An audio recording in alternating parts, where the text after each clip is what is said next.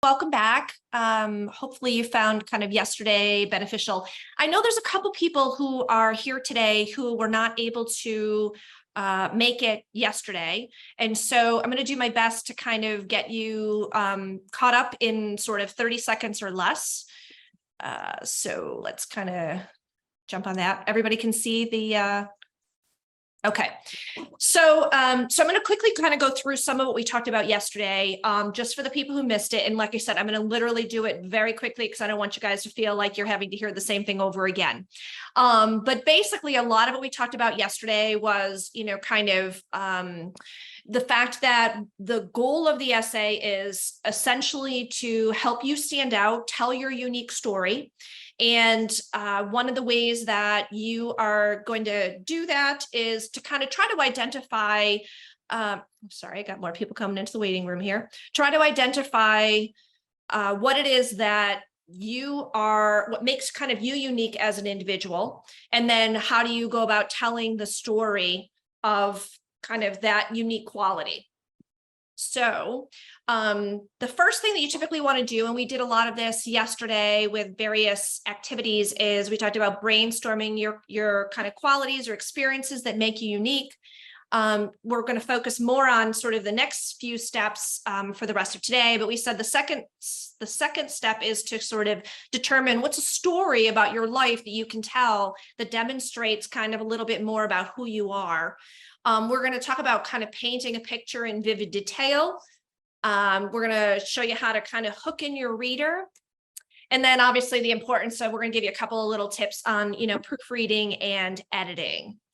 So we talked briefly yesterday, because like I said, yesterday, really the focus was on brainstorming. So hopefully those of you who are here were able to kind of take away a couple of ideas of things that maybe would be valuable to communicate to the admissions committee through your essay.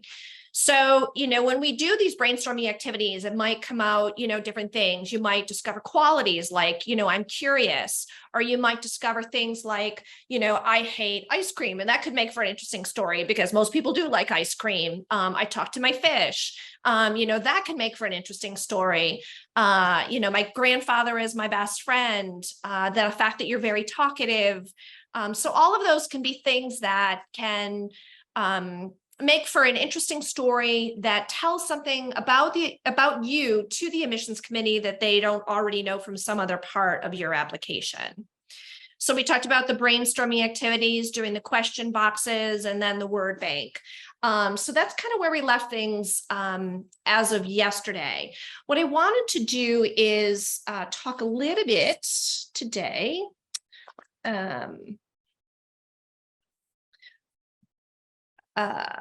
Let's see, in the brainstorming session, like I said, hopefully you guys had an opportunity to sort of identify a few of the qualities that you think would be helpful. What I want to do is just do a kind of quick survey to kind of get some idea of where all of you are at. So I'm going to switch over. So for those of you who are maybe not there yesterday, if you want to use your phone or open a separate browser, you're going to go to a website called ahaslides.com, and then you're going to do a /D717C. And so what I'm trying to assess at this point is, especially for those of you who were here yesterday, I think you're the ones who really can answer this question, is I'm trying to get an idea of, after the first day, when we did a lot of those brainstorming activities, kind of where do you feel you're at? So I'm going to unlock the thing and you can answer it. Do you feel like you're totally ready to start writing? Do you have some ideas, but you're not really sure what to do? Or do you still feel completely and totally lost? And if you are, that's okay too. All right. Okay. All right. So great. So as compared to yesterday, it looks like we have a number of people who feel like they're even more ready to start writing. And then there's a good number of you who have some ideas, and part of what we'll do as your advisors is really kind of help you identify which of those ideas would be most beneficial for you to utilize for the admissions process. And for those, like I said, who still feel totally lost, that's okay. We have a number of approaches that we can take to sort of help you with that. Okay. And then the other thing I wanted to do, this is kind of open-ended. Do you have any questions from day one about the essay or kind of admissions in general? And we'll kind of make sure we try to cover those today. It's funny. So participants are typing, but I'm not seeing them come up. So I don't know. There we go. I got nope. Okay, do different universities value SATs or extracurricular activities differently, or is it mostly uniform? That's a good question, because we talked a little bit about yesterday, you know, kind of how admissions typically is looking first and foremost at, you know, your grades. Then they're looking at the strength of your curriculum, and then typically kind of standardized test scores if they're looking for them. And then after that, it's usually the essays, according to that survey that we looked at. To answer the question, you know, do universities value SATs and extracurricular and essays differently? It does vary. You know, kind of general rule of thumb is large universities are probably a little bit more numbers driven, whereas your smaller liberal arts colleges tend to be a little bit more holistic. But even in that, you know, schools it'll look a little bit different by school. And, you know, also depends to some degree on, you know, what program you're applying to. So that's going to come into play as well. What are some of the most uncommon themes or stories you've seen in essays? Uncommon or stories. You know, interesting. I think it's easier to, and we talked a little bit about this yesterday, it's easier to kind of recognize some of the more common as opposed to the uncommon ones. There's tons and tons of uncommon themes of things that you can talk about. As I said, you know, often it's sort of your everyday living kind of details of your life that tend to make for some kind of really dynamic essays. So, but that's definitely a good question. It's one that you can kind of really go through with your academic advisor when you kind of meet one-on-one. Is sports a topic to stay away from in writing due to how frequently it comes up? So what I'd say is, I think if you're working in admissions, and Steve has worked in admissions in, I apologize, I did not introduce my colleague, Steve Silver. He is on the staff on the academic side, and he's worked at Dartmouth University, Dartmouth College. He worked at Clarkson and Lafayette. So he has admissions experience at a lot of different schools. So I'll definitely let him jump up and add to kind of this question. But in general, I'd say it's a tough topic to write about, because I think sometimes as soon as you start to see it's a sports essay, there could be the assumption of like, okay, it's another one of these, you know, it was hard and I tried really hard and I came back and I ended up being kind of an all-star, or, you know, there's definitely some themes, or I really learned the value of hard work, or I really learned the value of teamwork. So it's not to say that you absolutely can't find a unique way to talk about sports, you know, in your essay. A lot of people talk about sports injuries and coming back from them. So it's a good question to ask when you're meeting with your advisor, because if you have sort of a different sort of spin and you want to talk about sports, but you have a different kind of take or approach, then, you know, definitely there may be a way to kind of use sports as an essay topic in a way that is definitely unique. I would agree with all of that, Mary Pat. It is a bit of a risky topic because it's an overused topic.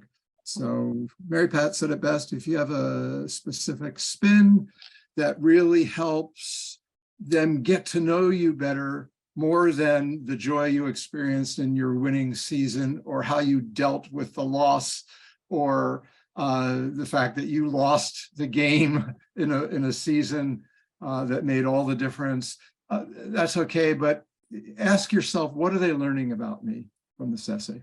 Absolutely. The two questions: how do you create a compelling hook, and who are some people that should or should not proofread your essay? We're going to talk about that in a couple of slides. So I'm going to hold those for now. Should you be more or less formal with diction overall? Should you make an essay? So to kind of answer your question, basically you should use language that you feel comfortable with. So if you are someone who is witty, then you should write a witty essay. If you're someone who tends to be kind of reserved and very traditional, then you know, that should be reflected. What I would say is you want to sort of steer clear of like slang and you know, abbreviations and things like that. So it's formal in that you know, it's something that you want to represent a person who's capable of moving on to higher education. At the same time, it doesn't have to be formal and stuffy. It can be stemming from sort of the natural flow of which you kind of interact with other people. So hopefully that makes sense. The sample essays that you're going to get, like I said, they'll come to you tomorrow in a fairly big guide, I think sort of via email. And when you receive that, you'll actually get a pretty good sense of sort of the different types of, humor and formality and, sort of things on those lines. So hopefully that will help. But again, your advisor, your strategies for college advisor will be able to kind of give you a sense of like, try to make it less flowery or try to make it more detailed or make it more formal or whatever it is that you're going to need. Steve, did you want to add anything to that? No, that's great. That's great. I mean, I would say very quickly, one of the most memorable essays I ever read was, decades ago when I was on the Lafayette College staff, and a young woman wrote about her experience every time she eats chocolate. She has an adverse reaction to that chocolate, which results in flatulence, basically. So, and that essay was a total risk to write, but we got to know much more about her than the fact that she has gas every time she eats chocolate. And she wrote it in such a way that, again, we learned much more about her, and she was admitted. I don't know if she ever went to Lafayette. We didn't follow up that closely, but I know she was admitted. But here's the risk. On a then staff of 7 of us, 4 of us laughed so hard we were crying, and 3 were offended and thought this was an offensive essay to write. The 4 of us won out, evidently, and it wasn't just based on her essay. Obviously, she had everything else she needed and more. But there is a certain risk. You're not going to please every member on every admissions staff, and don't try to do that. Just be yourself. Right. Absolutely. That's actually an interesting essay topic. Yeah, it was the one and only I've ever read about that. So. Okay. So as I said, step 1 is basically kind of identify what it is that you want admissions to know about you. Step 2 is really about kind of selecting the story that you want to tell. So, for example, I had a student who, she, as we were kind of going through those question boxes, she talked frequently about her love of learning, love of reading, that type of thing. And so as we were going through all of that, she ended up talking about a story about one of her favorite family traditions was the fact that she and her family would sit down and watch Jeopardy every night, and she and her father would kind of compete. And so she was able to really demonstrate the fact that she had a love of learning by sharing the story of she and her dad competing, by watching TV every night, watching Jeopardy.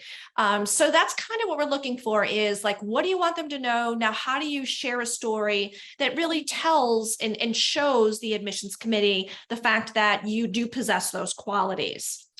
So one of the ways that we're going to kind of go about that is you're looking really to kind of vividly paint a picture. So one of the ways that's most important when we talk about painting a picture is really providing really kind of great detail that gives you sort of a sensory feel for what exactly was happening in that moment. So one of the big kind of catchphrases that we use in admissions is, and maybe you've even heard an English teacher say it, is, show, don't tell. So for example, you could say, I can laugh at myself in your essay, but even better would be, to have the ability to say something like, my friends and I laughed until we cried when the waiter dumped a whole tray of ice cold sodas down my back at prom. That gives definitely more of a sense of the fact that you have that ability to laugh at yourself, as opposed to me sitting there in admissions and saying, well, how do I know that they can laugh at themselves? You've given me an example of a time where you have laughed at yourself. The other thing that's really critical is that, as I said before, you really want to make sure that you're giving really vivid sensory descriptions. And so kind of I incorporated a couple of sort of paragraphs from essays that I've worked with before to give you a better understanding of what I mean by this. So This was actually written by, I think I mentioned the essay yesterday. This was the student who was from Texas, who spent 2 weeks in Maine, kind of away from his electronics and Wi-Fi and signal and that type of thing. But he starts with, I come to my senses when my ears pick up the sound of birds. We know what he's heard. I feel only the warm air from outside. So now we know what he feels. My eyes are still shut, but there's a slight redness I can see that says that the day has begun. It's then that I realize I'm not in Austin anymore. I reach over and grab my phone, blinded by the sunlight. So we've got what he's heard, we've got what he feels, we've got what he sees. And so what he's essentially doing in this is he's painting a picture so that you're not just telling me something, you're giving me, as the reader, really a visual picture so that I can feel like I'm right there in that moment. And if I can feel like I'm right there in that moment, then I'm going to feel like I know you better. So the second example starts with boom, the wall behind us explodes. The loud boom is met with the sound of footsteps all around us, yet we cannot see anything. Loading the small orange Nerf bullets in the cartridge, our nerves begin to overcome us. Adrenaline begins to pump through our bodies as we struggle to come to grips that we are under attack. So he continues on. So he's talked about, what does he hear? He heard boom and the sound of footsteps. You know, he sees small or orange Nerf bullets. He's got adrenaline running through his body. You know, so there's a lot of different kind of sensory things that he's describing that you know, you want to kind of incorporate into an essay to, as I said, paint a vivid picture for your reader. The one thing I'll say about this student is we really struggled because sometimes people who are really creative can get so caught up in the sensory component and using these vivid descriptions that they kind of, you know, don't end up having enough word count to kind of get their message across. So, and this was something that this poor student did struggle with. Okay. Another thing to kind of keep in mind when you are in the process of trying to tell your story, and I especially find this to be true for kind of really kind of your meticulous student, the really kind of you know, wants it to be perfect, you know, that type of thing. I find that a lot of times students have a tendency just getting started sharing their story. And so I always recommend for students who are really stuck with something called a brain dump. So I say, set a timer. So let's say you know what you want to talk about, but you're not exactly sure how you want to approach it. So thematically, you know, you want to talk about the fact that, you know, you're kind of a curious person, but you're not exactly sure, well, how am I going to demonstrate that? You know, how could I demonstrate that? What story do I have? With a brain dump, what I typically encourage students to do is set a timer, 30 minutes, 45 minutes, depends on what your capacity is, but typically not more than 45 minutes.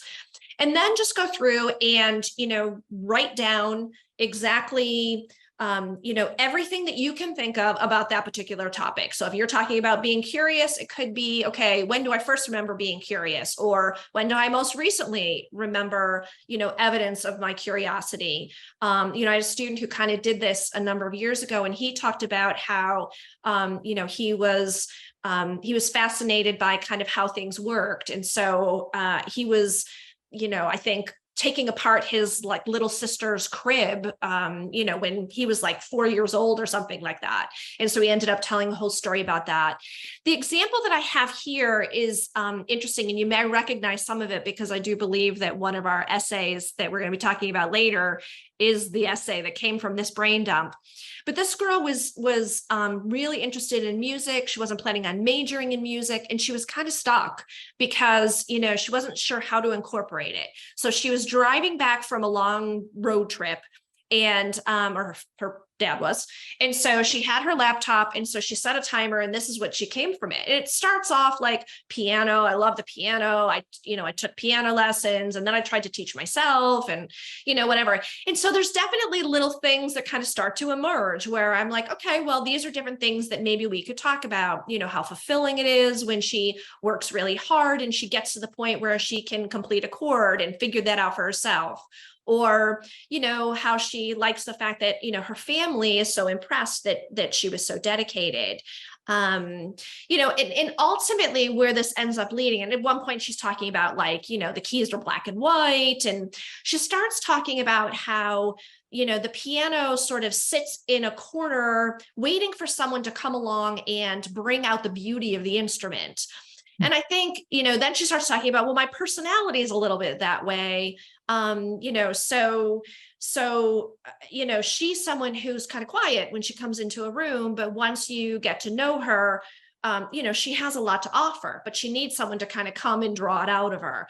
And so, it was funny. She sent it to me and I laughed as I read it because it was a lot of kind of stuff she couldn't use. But it became pretty clear as I read through this that, she had something solid that was worth talking about. So as I said, if you're stuck and you can't figure out where do I go? I don't know how to start.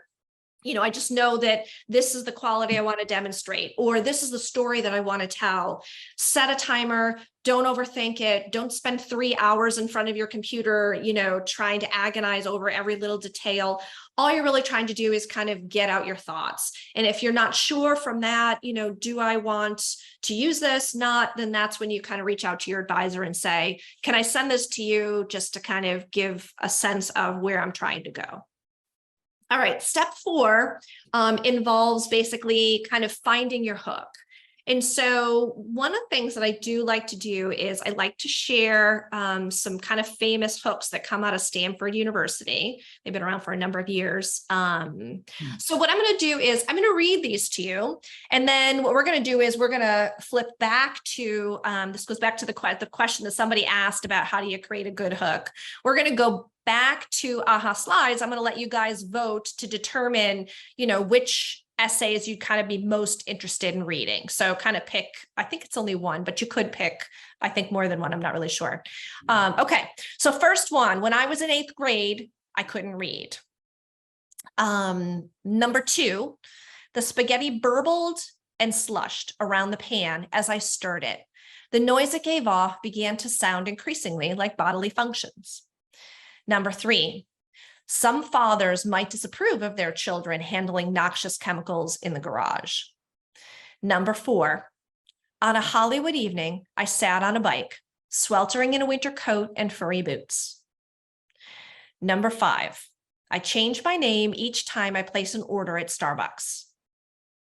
Number 6, I have never seen anyone get so excited about mitochondria. Number 7, I have old hands. Number 8, I'll never forget the day when my childhood nightmares about fighting gigantic trolls in the Lord of the Rings series became a reality. Sword in hand and clad in medieval samurai armor, I dragged myself into the battleground as I faced my opponent, a warmongering giant. Number 9, I have been surfing Lake Michigan since I was 3 years old. Number 10, good grief. You would never have guessed that an unassuming, meek, lovable loser like Charlie Brown would have an influence on anyone, but indeed he has. So I'm going to give you guys just a second to kind of look those over one more time, and then we're going to flip over to AHA Slides, and I'm going to let you guys vote on which of those essays based on the hook you would most want to read. Okay.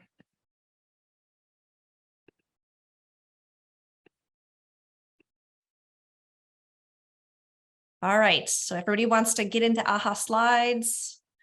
I will unlock the, there we go.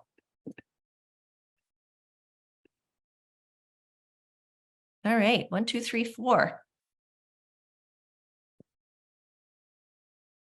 All right. Oh, wait, hold on a minute. I think some people, I'm gonna let you guys get a couple more minutes into vote there, a couple seconds into vote.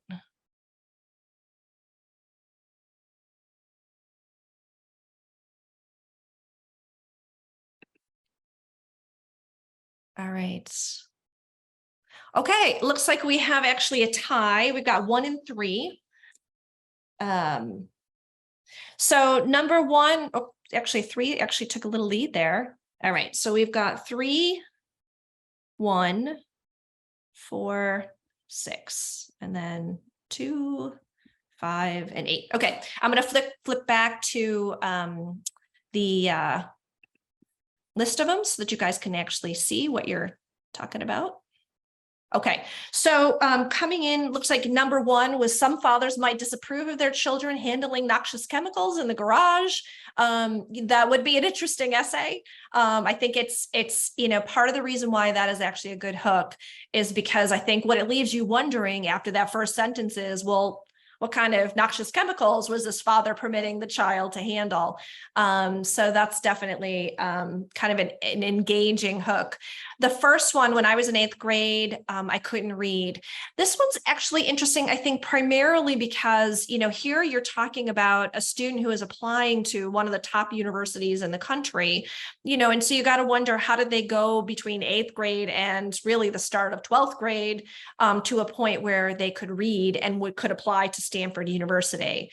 Number 4, on a hot Hollywood evening, I sat on a bike sweltering in a winter coat and furry boots. Now, this one would be interesting to me because I do think, movies are interesting. And so it sounds like maybe this person had an opportunity to be in a movie, but I would want to kind of know where that one was going.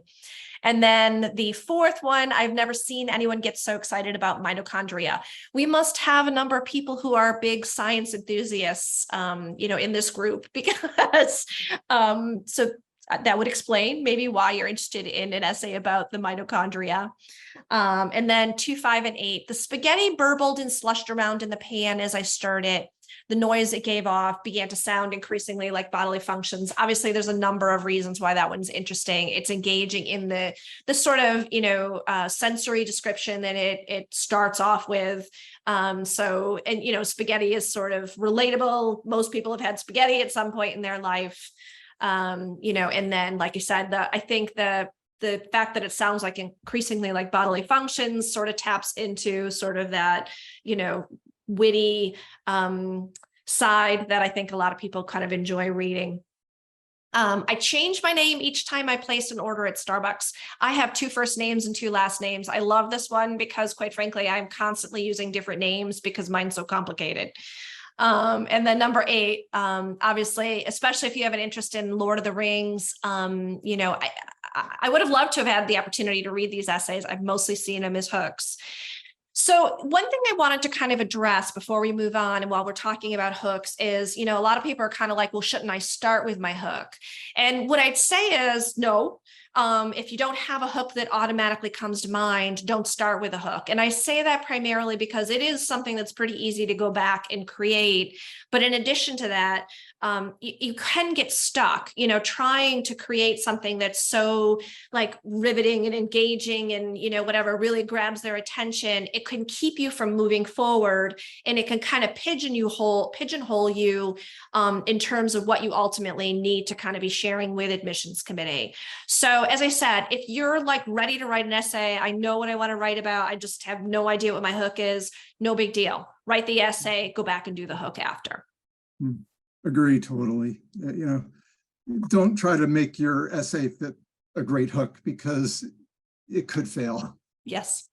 Yep, absolutely. So that's part of the reason why it's size or step 4. My apologies. Okay.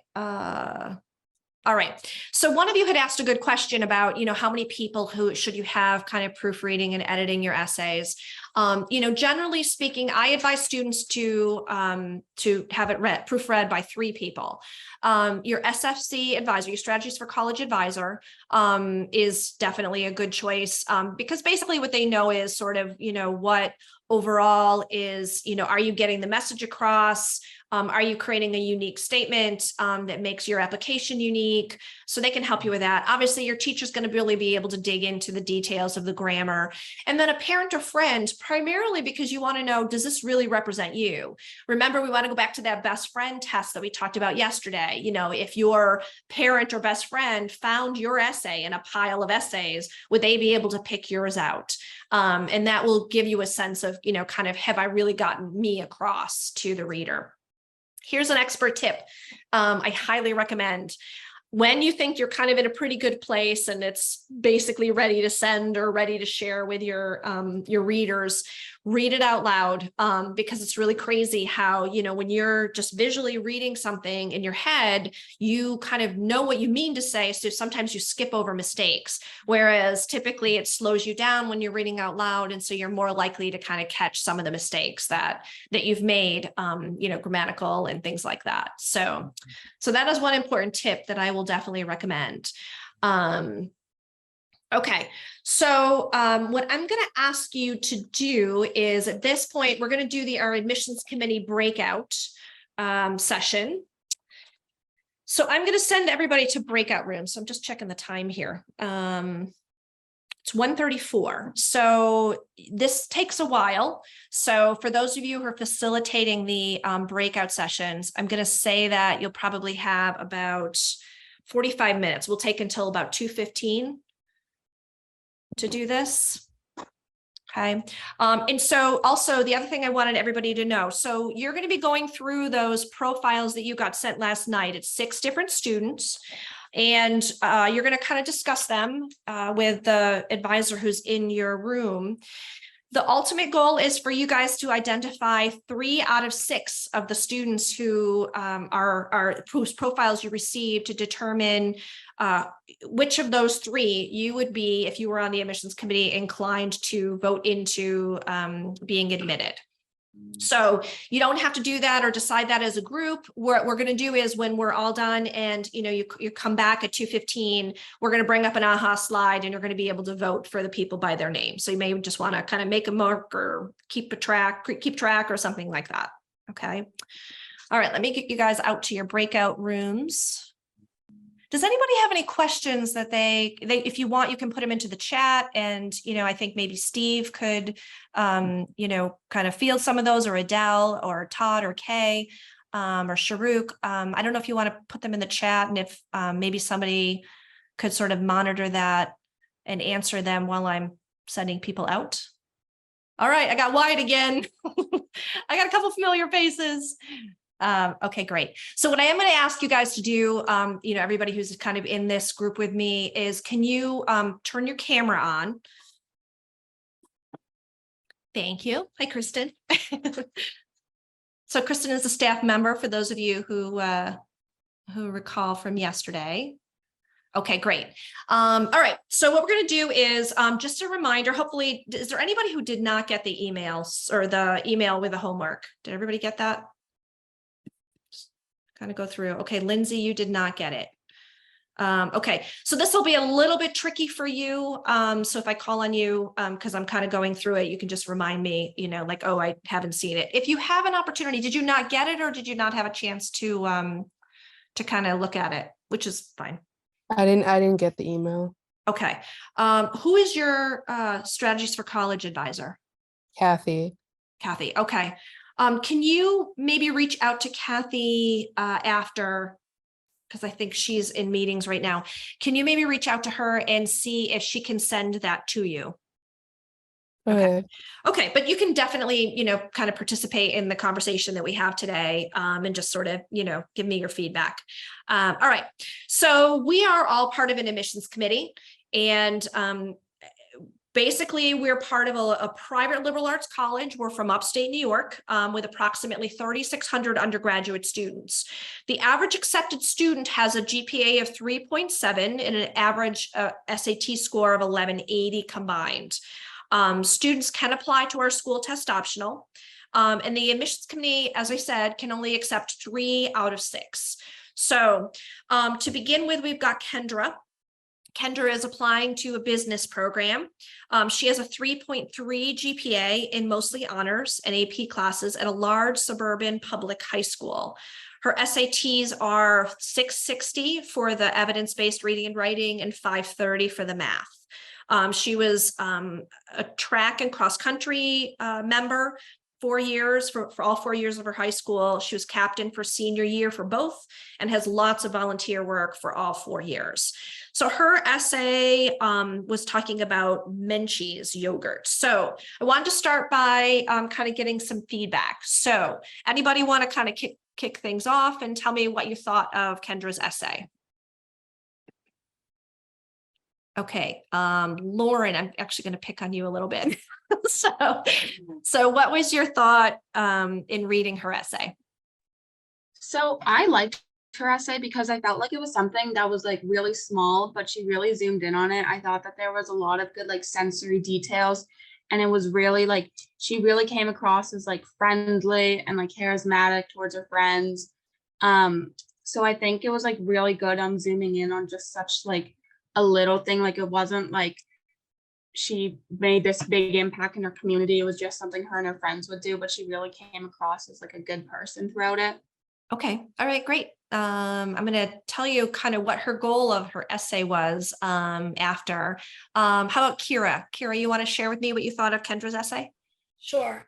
I really liked how at the end, how she like talked about she can't wait to find a new mentees on the new college campus that she's at, because that really ties the goal of the whole essays in general. And I thought that was really cool.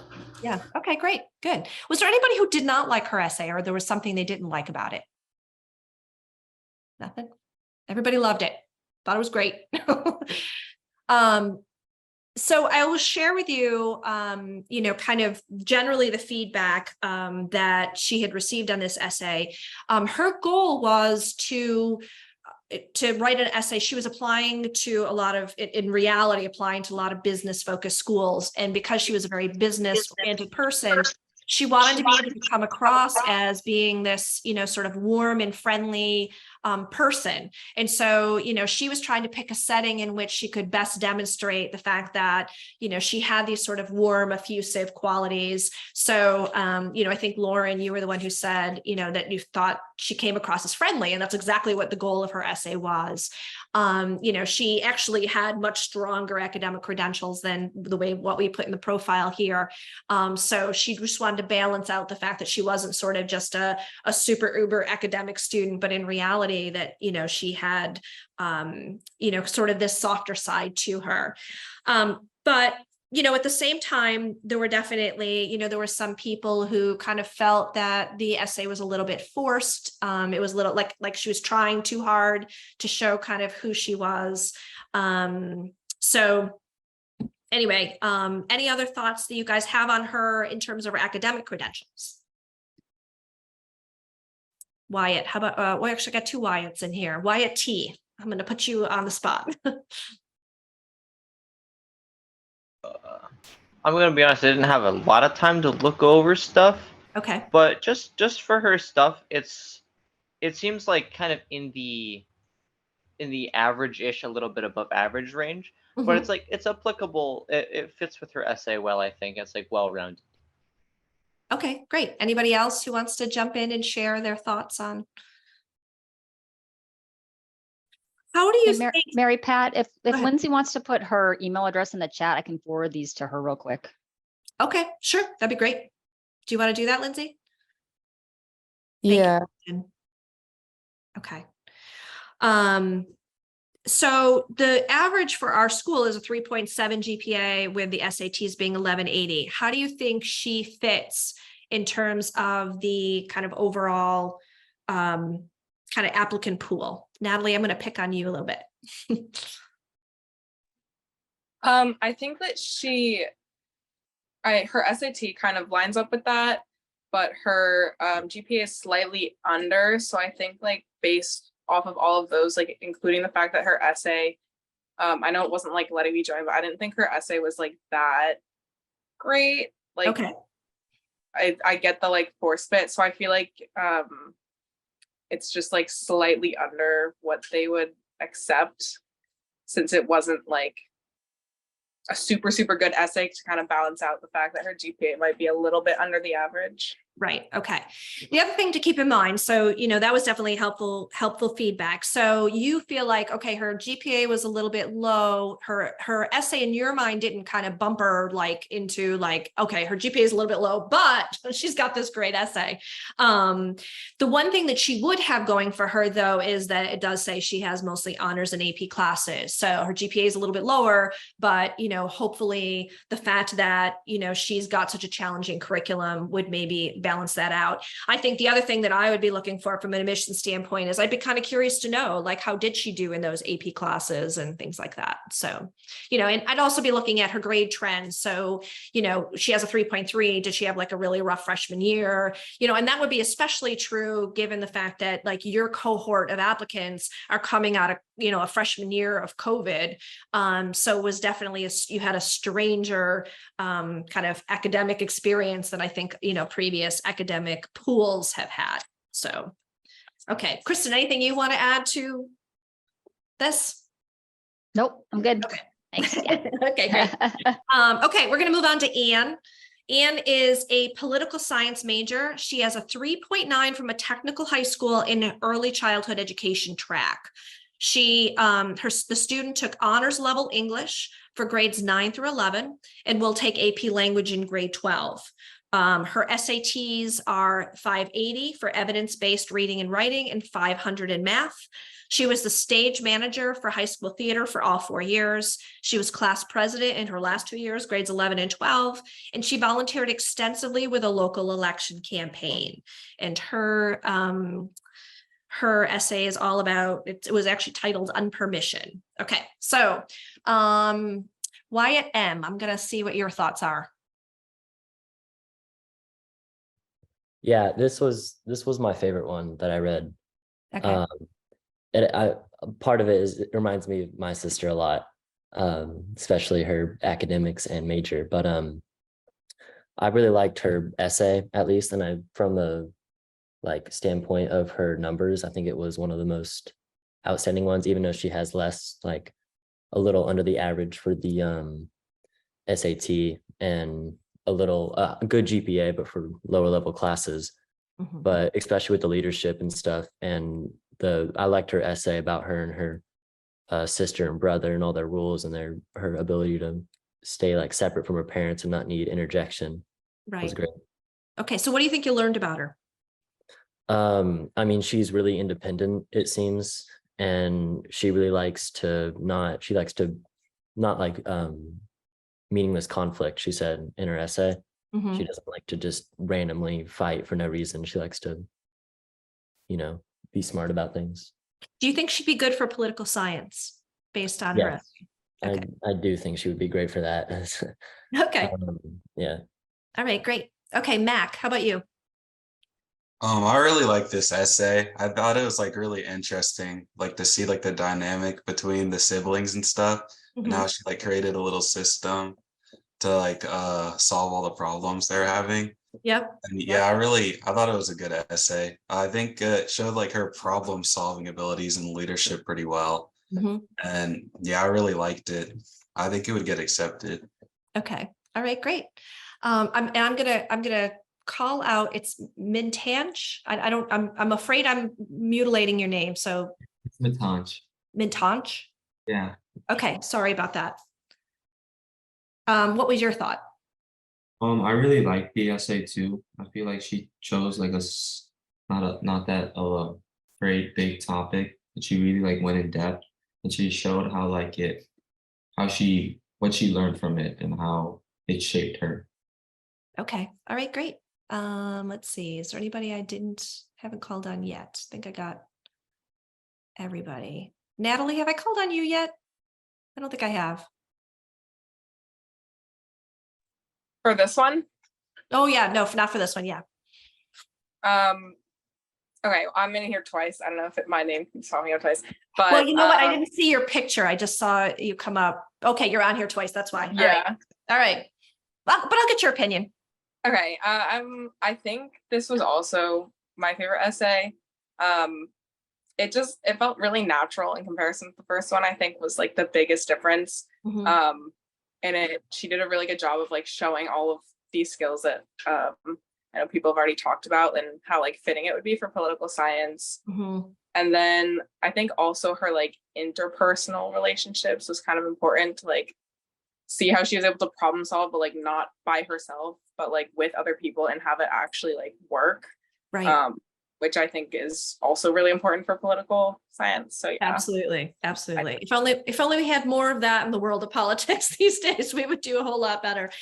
So part of why I think this essay works well for people is that if you have siblings, this is completely relatable because you've probably been in the car and you've had to figure out, well, who gets to pick the radio station, or, what do you do when your sibling comes into your room and you don't want them to, or, whatever. And so unless you're kind of an only child who can't kind of relate to all of this, this is for many people a very relatable essay. And so, when I talked before about how, some of the best essays are kind of about everyday mundane things, but can still tell so much to the admissions committee about kind of who you are.